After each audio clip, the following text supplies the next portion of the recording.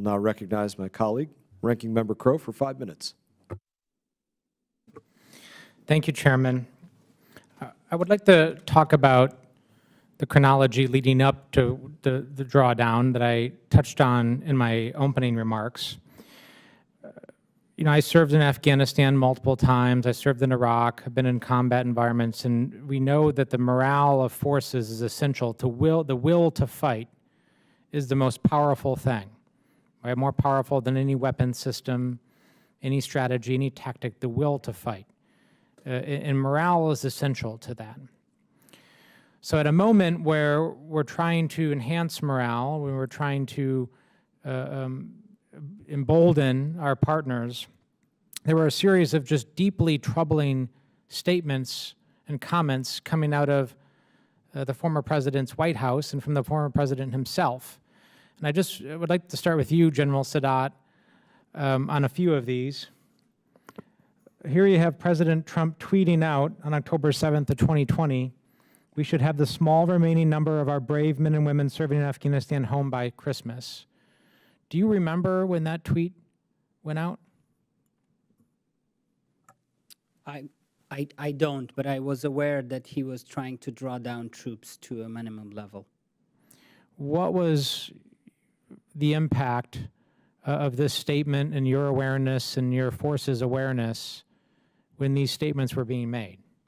Of course, statements made in Washington had a real impact, especially on us in the battleground, and these remarks have had its impact. But we continue to communicate with U.S. military, and we were told there was a backup plan, that if things go south, the U.S. military will get involved. And they were actually gearing up and preparing for that, because both us and the U.S. military, like you served there, we knew that this deal would not stand, and we will get back on it.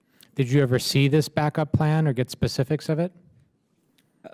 I was a part of a trip in, I believe it was in February of 2021 in Garamseyr district, where General Miller and myself visited Navy SEALs camp in Garamseyr, and there I saw that there was a plan that the SEALs told us that if the orders were given when the deal goes off completely, they can destroy the Taliban in southern Afghanistan in 9 days.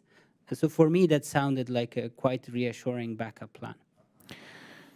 General, on November 11th, 2020, the former president wrote a memo, and in the memo he said, "I hereby direct you to withdraw all U.S. military forces from the Federal Republic of Somalia no later than 31 December 2020, and from the Islamic Republic of Afghanistan no later than 15 January 2021. Were you familiar with that memo when it was signed? Because it went public.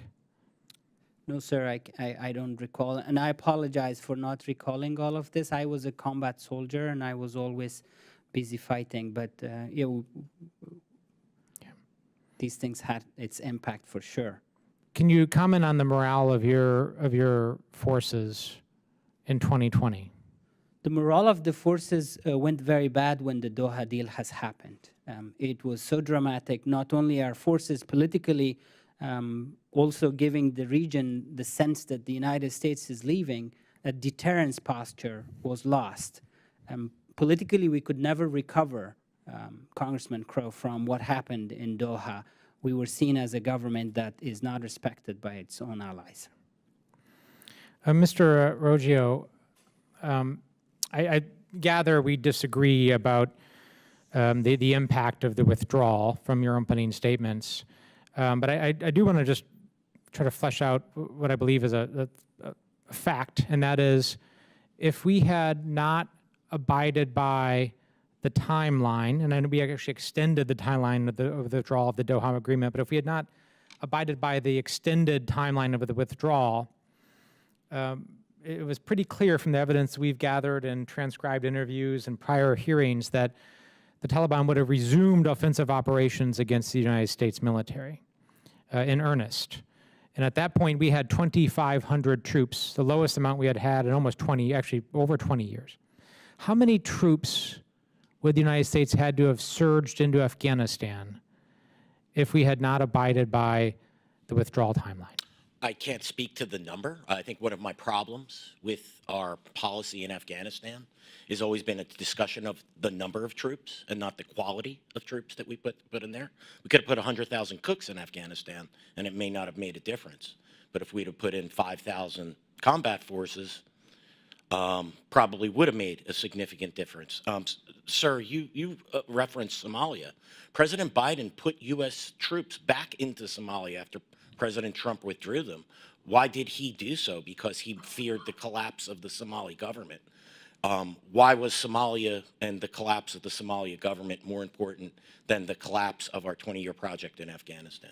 Well, Mr. Ojo, on the issue of troops, I agree that composition of a unit is important, but 5,000 combat troops without support, without logistics, obviously does not matter. So would you agree, though, that 2,500 troops on the ground would not have been sufficient, that we would have had to have increased our footprint in Afghanistan? I do agree that we would have had to have increased our footprint. What that number is, I can't tell you, but again, the Afghan forces were fighting, and Afghanistan did not collapse on August 13th. So the question was Afghanistan important enough to the Biden administration to maintain a U.S. commitment in Afghanistan?